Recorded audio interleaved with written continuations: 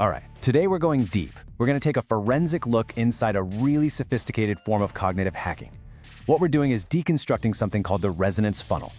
Now, this is a system that's designed to turn your own personality into the very tool that takes down your defenses. This isn't about charm or just getting lucky. We're talking about clinical, weaponized psychology, and it's being deployed at a massive scale. Just let that sink in for a second. You know, in our search for connection, we're always looking for that spark, right? That feeling of instant rapport. But in the world of professional social engineering, that feeling, that perfect, seamless connection, that's actually your single biggest red flag. It's a sign that you're not meeting a person, you're meeting a mirror. One that's been meticulously crafted to show you exactly what you want to see. And this is where it gets really wild.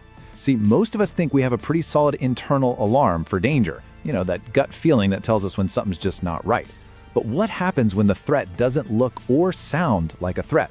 What happens when it sounds exactly like you? We're going to show you how AI-powered systems can literally copy your syntax, your values, your communication style, just to bypass those alarms completely. So here's our roadmap for breaking this whole thing down. We're going to move through 6 stages. We'll start by understanding the personality skeleton key and the psychological trap it sets. Then, we'll dissect the funnel's anatomy, explore the instincts it hijacks, and finally, and this is the important part, build a real defense protocol to protect yourself. Okay, let's dive right in. The whole scam, I mean, the entire thing, it all hinges on one single powerful illusion, transforming a total stranger into what feels like a kindred spirit. And I mean that at a neurochemical level. It's all about making your brain feel so safe, so perfectly understood, that it just never even thinks to sound the alarm. So, the tech that makes all this possible? It's called familiarity mirroring. And let's be clear, this is not about a scammer being a good actor or having a lot of charm. No, this is a clinical process. Using something called digital deep scraping, they analyze your entire digital footprint, your posts, your comments, your likes, to create a perfect linguistic and psychological echo of you. It's, and I mean this literally, a ghost in a machine built specifically to harvest your trust. And that right there, well, that's the whole problem, isn't it? The danger isn't in the friction or the awkwardness you sometimes get with a new connection. No, the real danger is in the complete and total lack of it.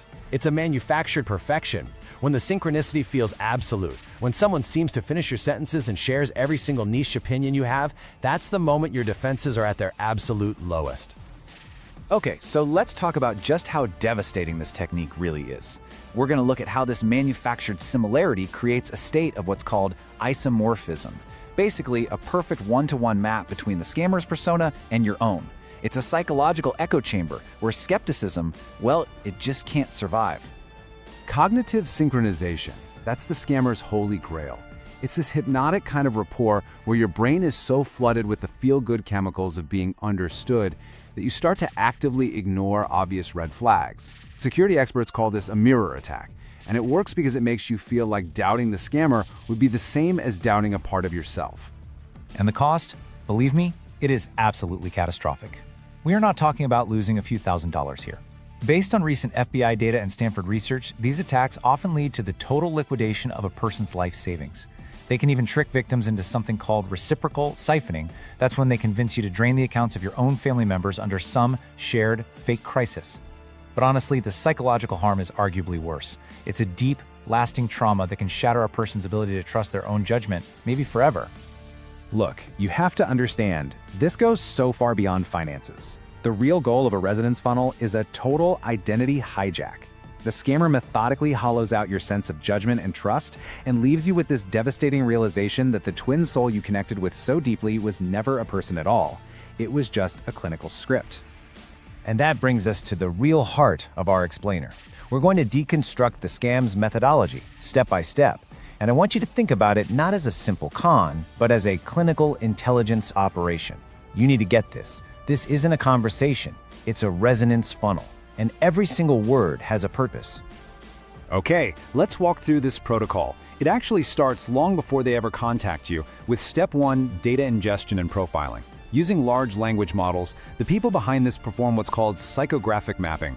They're scanning your public social media, but not for passwords. They're looking for linguistic markers, your favorite phrases, your professional jargon, your emotional soft spots. They are literally building a synthetic you before a single word is ever exchanged. Now, step 2 is where it gets really clever, the isomorphic hook. The scammer doesn't just show up as a total stranger. They use an anchored opening.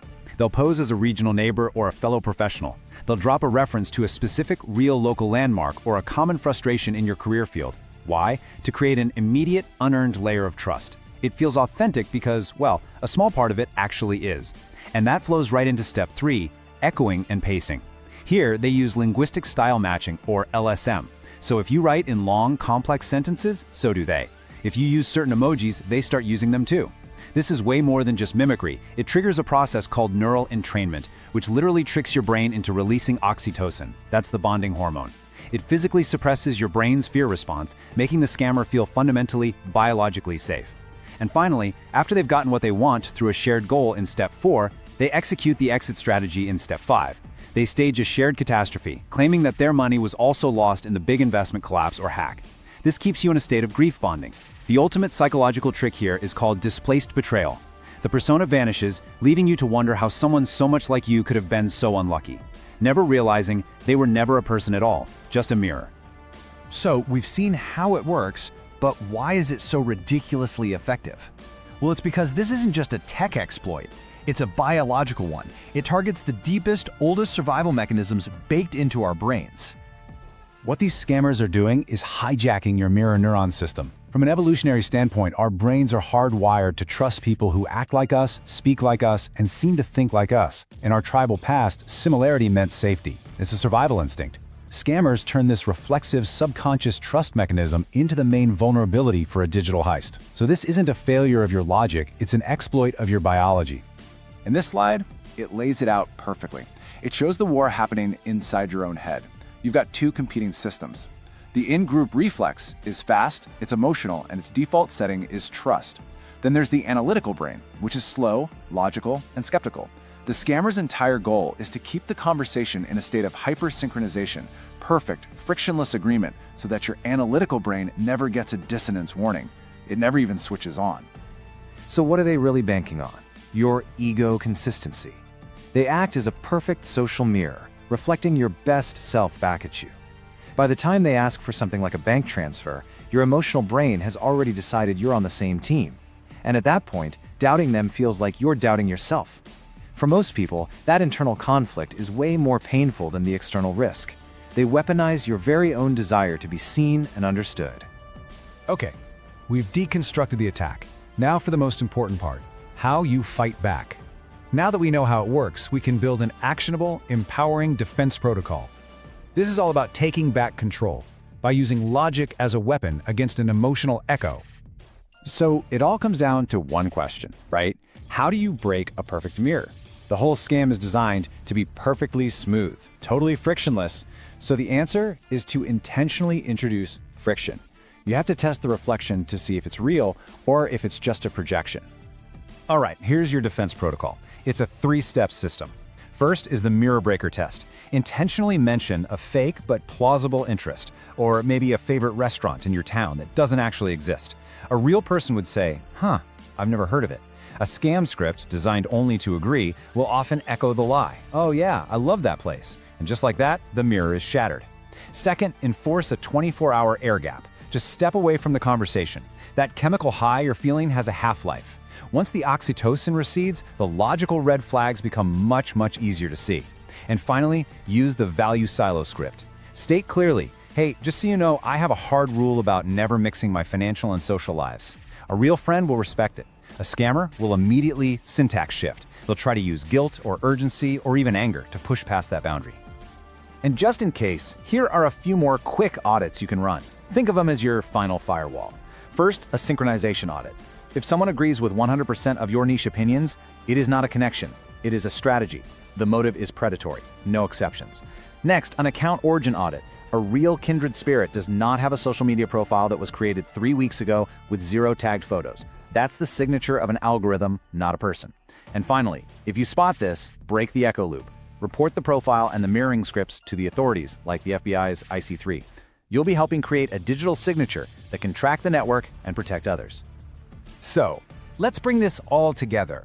When you boil it all down, the whole lesson we've learned from deconstructing this system comes down to one single strategic principle for navigating connections in this modern world of artificial rapport. Here's the ultimate takeaway. True, authentic human rapport has friction. Real friends challenge you. They disagree with you sometimes. They have different perspectives that create growth and genuine connection. A scam, on the other hand, is perfectly smooth. A scammer will only ever echo your own thoughts back to you, right up until the moment your bank account is empty. And that brings us to the final thought I want to leave you with. It's a mantra, really, something to remember for your own psychological self-defense. It's a reminder that your unique perspectives, your disagreements, your edges, that's what makes you real, and that's what keeps you safe. Don't ever trade them for a comforting but ultimately hollow echo. So let's do a final run-through of the system. The scam is identity echoing. It works through a process of resonance grooming. This whole thing exploits our natural in-group bias, trapping us in that state of cognitive sync. But you can break the mirror with the protective principle of dissonance testing. Remember, true connection has friction. Protect your edges.